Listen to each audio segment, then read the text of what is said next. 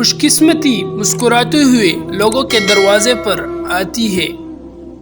کل ان لوگوں کا ہے جو آج اس کے لیے تیاری کرتے ہیں۔ زبان صرف 3 انچ لمبی ہے، پھر بھی یہ 6 فٹ اونچے آدمی کو مار سکتی ہے۔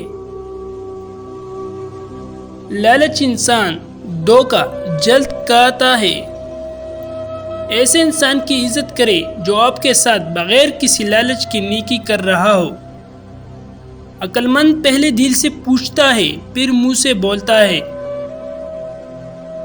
ہر شخص چاہتا ہے کہ اس کی عمر لمبی ہو مگر کوئی بوڑھا ہونا بھی نہیں چاہتا۔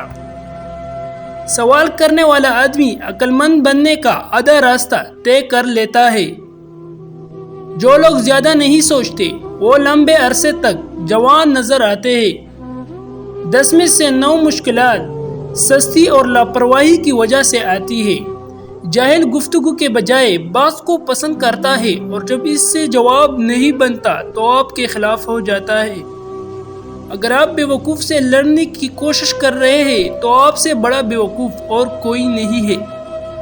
ہر کوئی غلطیاں کرتا ہے، اس کے لیے ہر پنسل کے ساتھ ایک ربڑ ہوتا ہے۔ ایک اچھا سننے والا 2 اچھے بولنے والوں سے بہتر ہے۔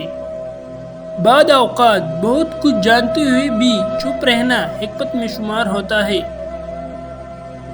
آپ کی ایک مسکراہٹ کسی افسردہ دل کو سکون دے سکتی ہے۔